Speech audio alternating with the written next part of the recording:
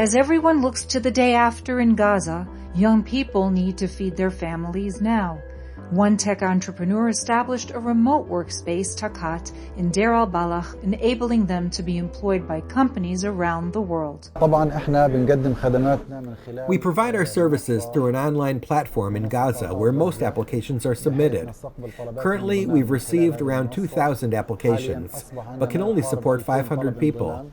Unfortunately, we can't help everyone, so we set criteria to prioritize applicants with previous work experience, who can quickly resume their jobs and support their families. We're working to expand our capacity to help more people.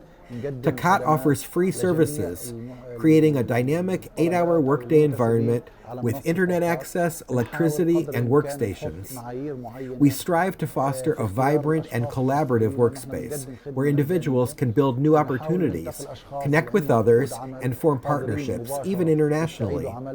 Foreign donors are also stepping in to provide financial support and create more opportunities. Amal Naim is the director of the Takat organization branch in the Nusayrat refugee camp. I am a software engineer. I design apps and websites. Because of the war, we stopped using internet. We stopped communicating with anyone outside of Gaza until we established the Takat initiative. It's not just a job, it's a mission. We have a big vision and we offer comprehensive services in different fields despite the war. We launched the Takat platform that enables companies around the world to reach agreements with people inside Gaza. We have more than 1,500 people inside our team who work in design, programming, and production in all areas. We launched this platform to offer them a job and an opportunity to communicate with foreign companies that wanted to recruit new employees. Takat not only aspires professionals in software engineering, development, content creation, and graphic design, but also supplies essential tools, still scarce in Gaza, for effective work. Much of this is made possible through solar energy. We used to rely on our mobile phones, but the war made that impossible. Access to electricity and internet has been a constant struggle across Gaza. Not everyone has access, but Takat restored this for us. Living in a tent camp, even when internet was available, it was too weak for work. This was a major obstacle, since our projects require significant time and strong connections. We often had to do work at night. Now, thanks to Takat and solar energy, we can work during the day. Before the war, I worked comfortably as a content creator. I had a private room, a studio, employees, electricity, and internet. There was no fear or anxiety, but now it's nearly impossible to work. We must work to provide for our families, not by choice, but out of necessity. We lost everything, our home, money, cars, everything. We depend entirely on electricity. If it's cloudy or rainy, we can't work and stay in the tent. And when it's sunny, we work, thanks to solar panels. Our work now depends on the sun. Women are also an essential part of Takat's team. Many, after months of feeling helpless, found motivation to develop their tech skills. To me, this job really, and what I do at Takat, it's basically a lifeline. It's what's giving me hope. For a very long time, when we were just getting displaced from one place to another, we completely lost hope. We felt helpless. So many of the things that I used to be, and I used to be someone who used to be very, very schedule-oriented. Every minute of my day was very planned.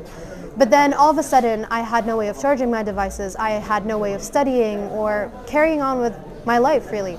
So my life came to a pause. So Takat to me is just this place that gives me hope, and this place that allows me to not only continue my studies and keep up with my lectures and all the things that I need, but also giving me this chance to learn and improve all of my skills, both on the technical level and the management level. Despite the difficulties of the war, Gazans remain resilient and keep finding new ways to keep going.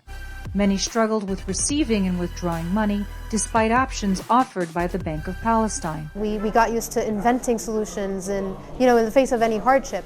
So this is also how Taqat came to be, because we were always used to inventing solutions under occupation. You don't get the chance to dictate how your life gets to look. You don't get the chance to dictate what your future is going to look. Very limited options, very limited chances. But despite that, we keep going. Despite that, we keep trying to do something. So before this war started, really all of our hardships were, to just secure more chances, to pursue a better life inside or like under occupation. We appreciated walls now that we're living in tents. We appreciated water supply. We appreciated electricity, which wasn't available all the time. The war that we were undergoing was in the details of everything. Everything was hard.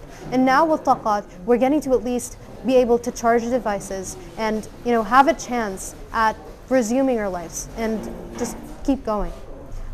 Through Taqat, I was able to open an account in the Bank of Palestine. And this is how we've been accepting most of the transactions, most of the money that we're getting from the clients abroad. The Bank of Palestine has offered many options for us to receive these funds.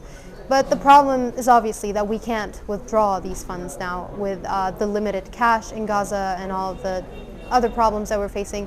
This war really was in every single detail. Taqat gave the opportunity to many Gazans to build further connections within the region, especially in countries like Jordan and the Gulf nations.